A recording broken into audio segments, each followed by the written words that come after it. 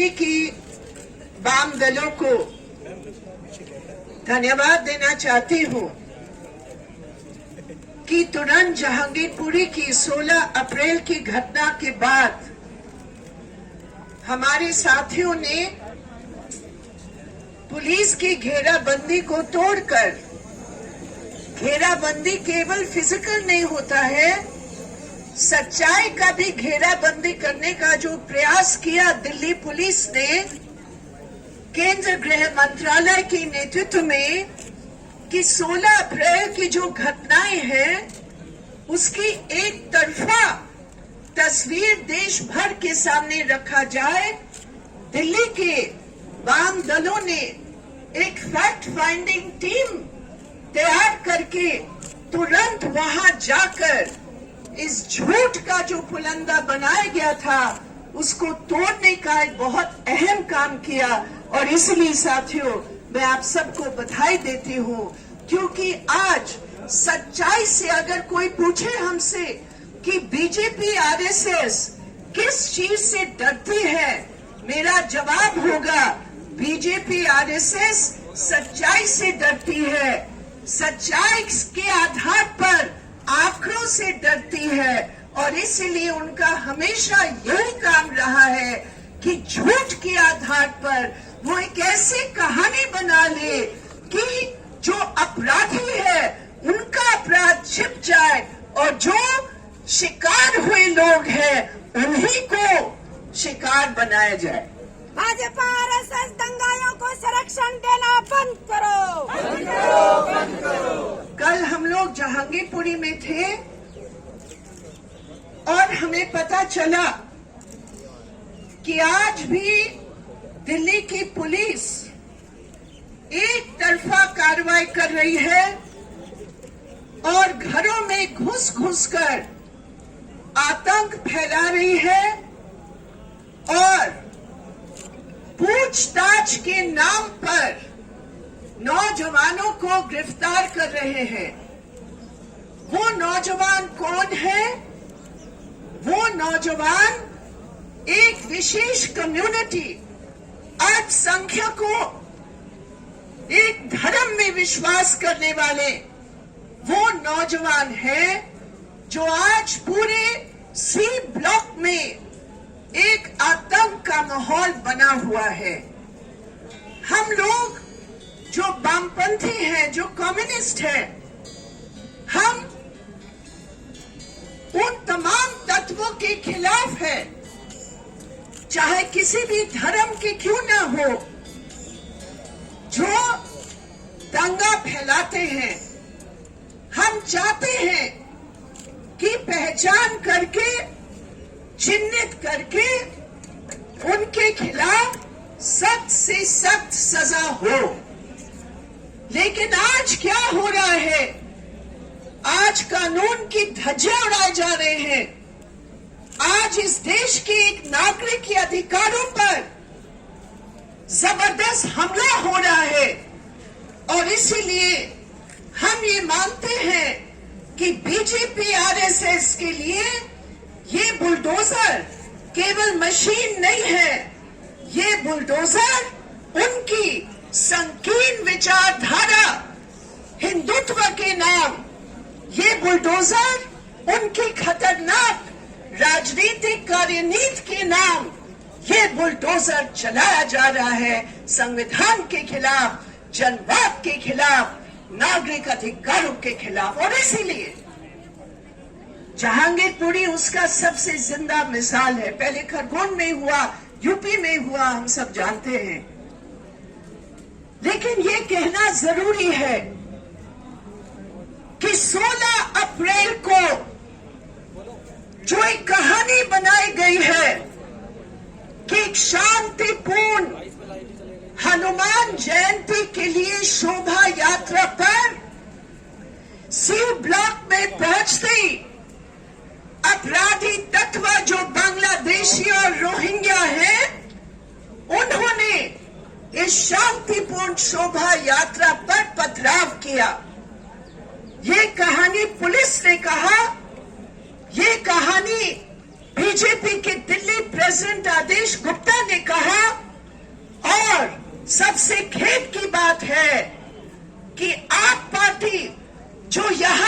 सरकार चलाती है, जिसका एमएलए जहांगीरपुरी में चुना हुआ एमएलए है, जो सी ब्लॉक के वोट की समर्थन से अन्य वोटों के साथ जो एमएलए बना है, आज वो पार्टी के मुख्यमंत्री दिल्ली में वो भी कहता है कि हाँ, पत्थर चलाने वालों पर सजा होनी चाहिए। ठीक है, पत्थर चलाने वालों पर सजा होनी चाहिए, लेकिन वो शोभा यात्रा के संबंध में पूरा खुलासा हो रहा है। हम लोग जब जाते हैं जहांगीरपुरी, जब तमाम कम्युनिटी के लोगों से बात करते, चाहे मुसलमान हो, हिंदू हो, सिख हो, पता चलता है कि 2 यात्राओं की पुलिस की इजाजत से शांतिपूर्ण तरीके से जहांगीरपुरी में अपने ब्लॉकों में घूमकर डिस्पर्स हो गए लगभग 3 साढ़े 3 बजे। उसके बाद बजरंग दल की युवा वाहिनी, विश्व हिंदू परिषद, उन्होंने बगैर पुलिस की इजाजत से इकट्ठे होकर मेन रोड पर नहीं चले, सी ब्लॉक की गली के अंदर जाकर, और वो तथाकथित शोभा यात्रा, मैं तथाकथित इसलिए कहती हूं, धर्म से उनका कोई मतलब नहीं था। हनुमान जयंती को मनाने का धार्मिक भावना से उनका कोई मतलब नहीं था। उन नौजवानों के हाथ में नंगे तलवार थे, उन नौजवानों के हाथ में बड़े बड़े लाठी थे, उन जवानों के साथ एक ऐसे डीजे था, और उसके आधार पर बहुत खतरनाक शांति तोड़ने वाले सांप्रदायिक नारे लगा रहे थे।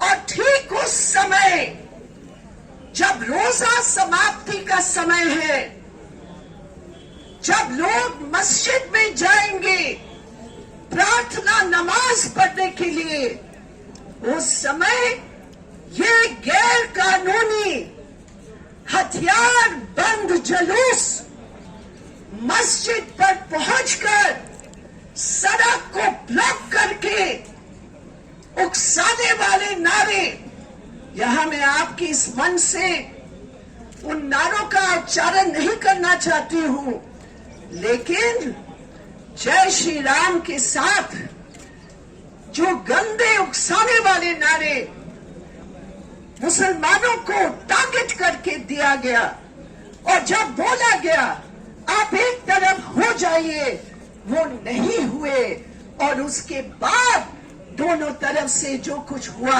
आपके सामने है। लेकिन आप कारण नहीं ढूंढेंगे। आप जिसने जानबूझकर गैर कानूनी हथियार बंद जुलूस निकाला, उस पर आप कोई कदम नहीं उठाएंगे। अभी 27 जो अभी तक गिरफ्तार हुए हैं, 22 लोग मुस्लिम नौजवान हैं, 5 हमारे साथी यहाँ आशा है, ये लोग गए वहां मिलने के लिए उनके परिवार से। उनकी परिवार के 4 लोग गिरफ्तार हुए। एक जो उनका मुखिया है, एक मंदिर सरकारी जमीन पर बनी है, उन्होंने पुलिस के मुताबिक इस जुलूस का नेतृत्व दिया, और उस परिवार के 4 लोग गिरफ्तार है। लेकिन मैं ये पूछती हूँ, 120B का जो धारा लगा है उनके ऊपर, क्या हम लोग हिंदुस्तान के लोग ऐसे कानून के, हम ऐसे मूर्ख हैं कि हम ये विश्वास करेंगे कि 150 की भीड़ में, जिसमें 2 पिस्तौलधारी भी थे, आपने केवल 5 का नाम लेकर कंस्पिरेसी की बात की? पहले एफआईआर में बजरंग दल और विश्व हिंदू परिषद का नाम था, पुलिस ने हटा दिया। विश्व हिंदू परिषद का इलाके का नेता को गिरफ्तार किया, कुछ कुछ घंटों के अंदर जब धमकी विश्व हिंदू परिषद के बड़े नेताओं ने दिया पुलिस को, उनको तुरंत छोड़ दिया। ये नहीं हो सकता। दिल्ली पुलिस मुर्दाबाद, मुर्दाबाद मुर्दाबाद। और उसके बाद 20 तारीख की घटना, साथियों आप सोचिए, आप जो जहांगीरपुरी जानते हैं, हर ब्लॉक में गरीब लोग हैं जो अपने मकानों के साथ दुकान चलाते हैं। कोई खोखा लगाया हुआ है, कोई रेड़ी के साथ वहां खड़ी है औरत। तमाम इलाके में फैक्ट्री बंद पड़े हैं, कोई रोजगार नहीं है। कल कितने औरतें आए बताने के लिए कि हमने कितना बचत करके वो रेड़ी खरीद कर हम सब्जी फल थोड़ा कुछ हम लोग बेचते हैं। लेकिन 20 तारीख को जब सुप्रीम कोर्ट का ऑर्डर 10:45 पर आ गया था,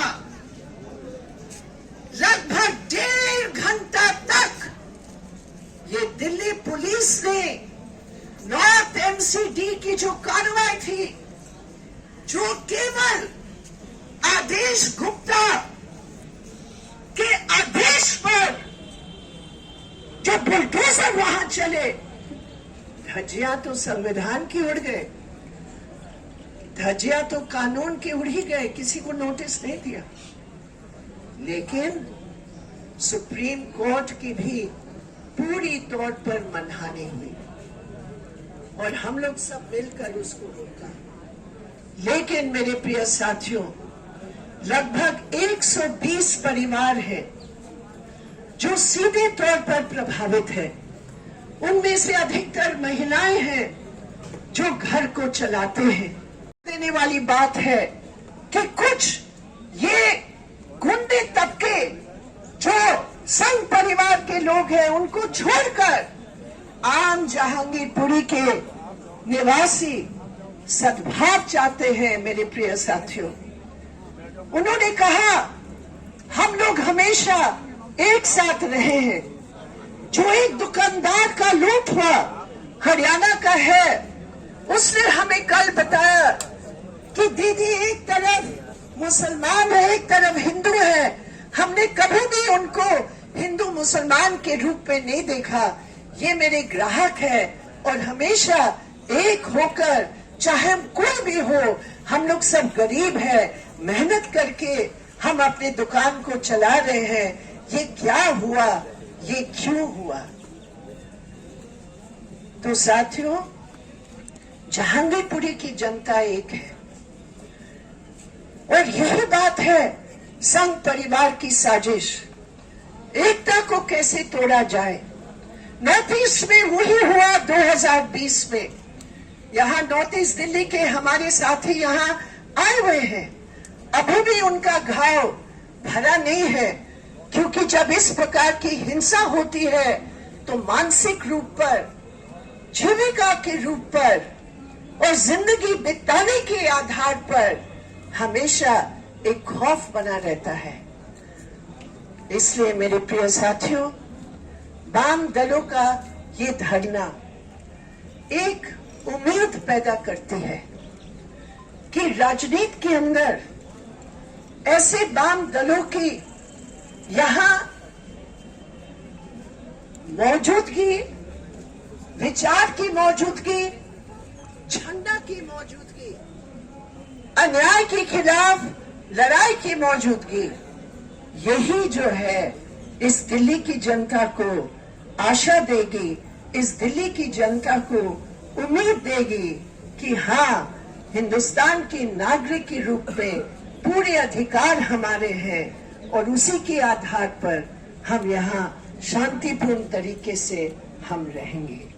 ये गरीब विरोधी, ये संविधान विरोधी, ये बीजेपी, ये आरएसएस, इसके खिलाफ एक होकर हम लोग सब कहीं भी हो, एनईपी का बुलडोजर हो कैंपसेस में, लेबर कोड का बुलडोजर हो फैक्ट्रियों में, हिंदुत्व की संस्कृति का बुलडोजर हो महिलाओं की अपने आजादी के अधिकारों के खिलाफ, गरीबों के ऊपर जो बुलडोजर है, हम लोग मेरे प्रिय साथियों एक होकर विचारधारा पर कभी कोई कॉम्प्रोमाइज नहीं, क्योंकि यही वाम दलों का विचारधारा है जो हमें सही रास्ता दिखाएगा और जनता को, देश को बचाने के लिए हमें शक्ति देगी।